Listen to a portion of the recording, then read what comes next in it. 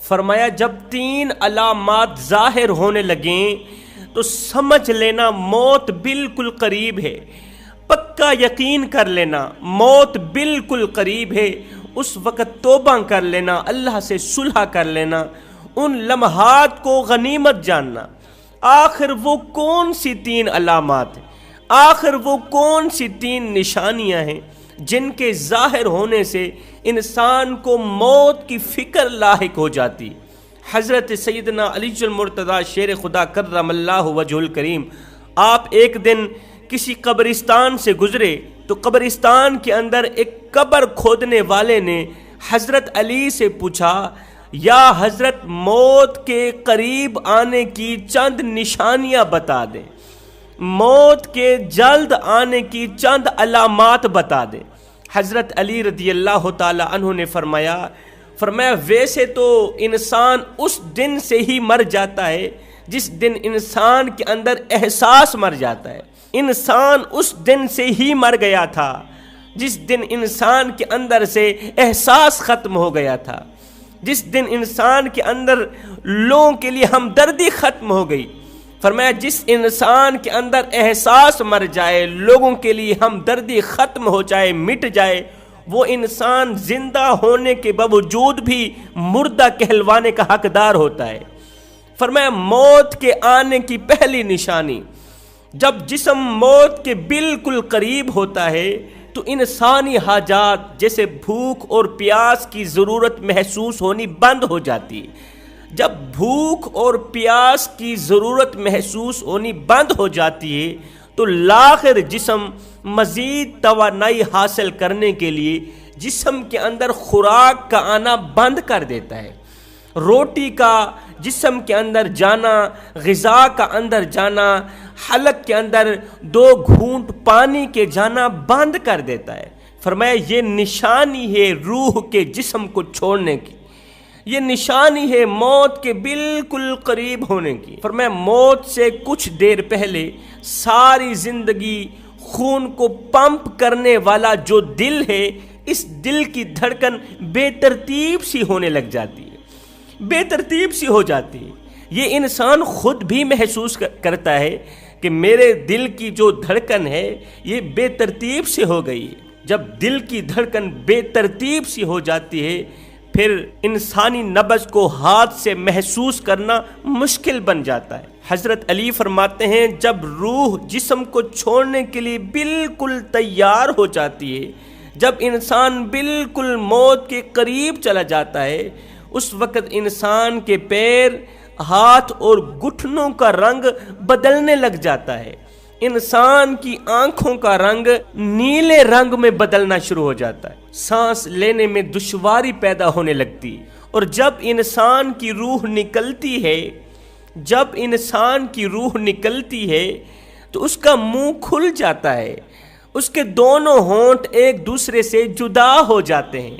انسان کی روح انسان کے پیروں سے نکلتی ہوئی اوپر کی طرف آتی ہے، اور جب انسان کی روح دل اور پھیپھڑوں تک پہنچتی ہے تو یہ وہ لمحہ ہوتا ہے، یہ وہ وقت ہوتا ہے کہ جب انسان زندگی میں پہلی مرتبہ دائیں بائیں میں بیٹھنے والے فرشتوں کو بھی دیکھ رہا ہوتا ہے اور شیطان کو بھی دیکھ رہا ہوتا ہے۔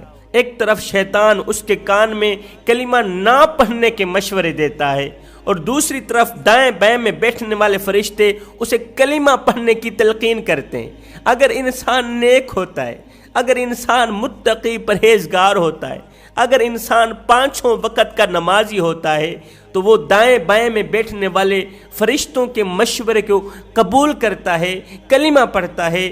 سنو، اگر انسان گنہگار ہوتا ہے، اگر انسان بدکار ہوتا ہے، اگر انسان سیاہکار ہوتا ہے، شرابی ہوتا ہے، زانی ہوتا ہے، تو وہ شیطان کے مشورے کو قبول ہی کر بیٹھتا ہے، کلمہ نہیں پڑھ پاتا اور خاتمہ ایمان کے بغیر ہی مر جاتا ہے۔ جب انسان مر رہا ہوتا ہے، جب انسان کے اندر سے روح نکل رہی ہوتی ہے تو اس وقت ایک فرشتہ آ کر کہتا ہے، او مرنے والے انسان، آج تیری دولت کہاں گئی؟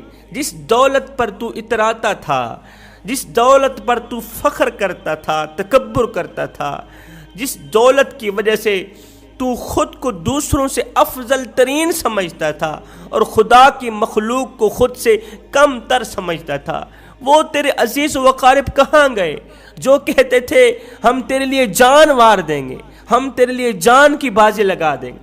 اور تیری اولاد کہاں گئی جن کے لیے تو حلال و حرام کی تمیز کیے بغیر کماتا رہا، کھلاتا رہا؟ آج کوئی تیرے ساتھ نہیں جائے گا، آج کوئی تیرے ساتھ مرنے کے لیے تیار نہیں، آج تو اکیلا ہی مرے گا، آج تو اکیلا ہی موت کی تکلیف برداشت کرے گا۔ کیا آپ جانتے ہیں جب انسان کی روح نکلتی ہے، جب انسان مر جاتا ہے تو انسان کی آنکھیں کھلی کی کھلی رہ جاتی، نہ دائیں پھرتی ہیں نہ بائیں پھرتی، سیدھا چھت پر لگی ہوئی ہوتی ہے۔ یہ کیوں ہوتا ہے؟ جب فرشتہ انسان کی روح نکال کر آسمان کی طرف لے کے جا رہا ہوتا ہے نا، تو انسان اپنی روح کو دیکھتا ہوا آسمان کی طرف دیکھ رہا ہوتا ہے کہ وہ میری روح جا رہی۔ انسان کی آنکھیں اس لیے کھلی کی کھلی رہ جاتی ہیں کہ انسان اپنی روح کو دیکھ رہا ہوتا ہے۔ اللہ فرماتا ہے او میرے بندو، میرے اس احسان کا شکر ادا کیا کرو۔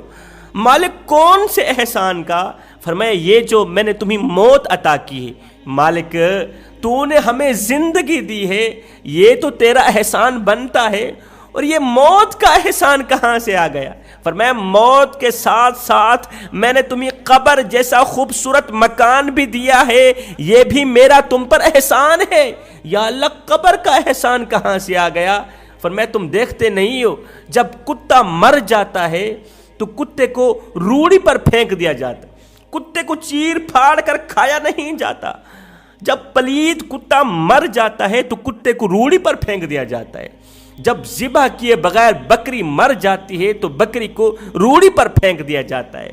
کتا مرا روڑی پر گیا، بکری مری روڑی پر گئی۔ اے بندے ایک لمحے کے لیے سوچ تو صحیح، اگر تجھے بھی روڑی پر پھینک دیا جاتا تو کیا تھا؟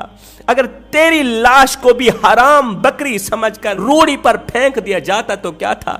اگر تیری لاش کو بھی کتوں کے آگے پھینک دیا جاتا تو کیا تھا؟ اگر تیری لاش کو بھی جلا دیا جاتا تو کیا تھا؟ فرمایا نانا یہ میرا شاہکار ہے، او میرے بندو یہ میرا شاہکار ہے، اسے غسل دو، اسے چٹا لباس پہنا دو، اسے عطر لگا دو، خوشبو لگا دو، اور بڑے پروٹوکول کے ساتھ اسے اٹھاؤ قبرستان کی طرف لے جاؤ۔ آئے ہائے آج تو دلہا بنا ہوا ہے، زمانہ تیری بارات بنی ہوئی ہے۔ اللہ آواز دیتا ہے میرے اس بندے کو ایک بندہ بھی نہیں 4 بندے اٹھائیں اور کندھا بھی بدلتے رہنا، اور آہستہ آہستہ جانا، میرے شاہکار کو دھکا بھی نہ لگنے دینا۔ اور تیرا پروٹوکول اتنا ہے کہ آج امام کعبہ بھی آ جائے وہ بھی پیچھے ہے، تیری لاش آگے ہے۔ اب میرا اللہ فرماتا ہے اے میرے بندے دیکھ تو صحیح ہم نے تیرے ساتھ کیسا اچھا سلوک کیا، بتا تو صحیح تو نے ہمارے ساتھ کیا کیا؟ تو نے ہمارے ساتھ جو کچھ بھی کیا، مسجدیں ویران پڑی رہیں، مسجدوں میں پڑی چٹائیاں تیرا انتظار کرتی رہیں، الماریوں میں پڑے ہوئے قرآن تیرے منتظر رہے، ساری زندگی تو نے غفلت میں گزار دی، اپنی جوانی آوارگی میں گزار دی، اور ظالم تو نے تو مجھے ایک سجدے کے قابل بھی نہ سمجھا، کبھی تو نے مجھے ایک سجدہ نہیں کیا۔ دیکھ تو صحیح تو نے ہمارے ساتھ کیا کیا، اور بتا تو صحیح ہم نے تیرے ساتھ کیسا اچھا سلوک کیا ہے، اور تو نے ہمارے ساتھ جو کچھ بھی کیا دنیا والوں کے سامنے ہم نے تجھے رسوا تو نہیں ہونے دیا، دنیا والوں کے سامنے ہم نے تجھے ذلیل تو نہیں کیا۔ اے بندے آ جا اس کریم رب کی چوکھٹ پر جو ایک ماں سے نہیں 70 ماں سے بھی بڑھ کے محبت کرنے والا ہے۔ میرا اللہ فرماتا ہے میرے بندے تو کرتا وہ ہے جو تو چاہتا ہے، پر ہوتا وہ ہے جو میں چاہتا ہوں۔ اے میرے بندے تو وہ کر جو میں چاہتا ہوں، پھر ہوگا وہی جو تو چاہتا ہے۔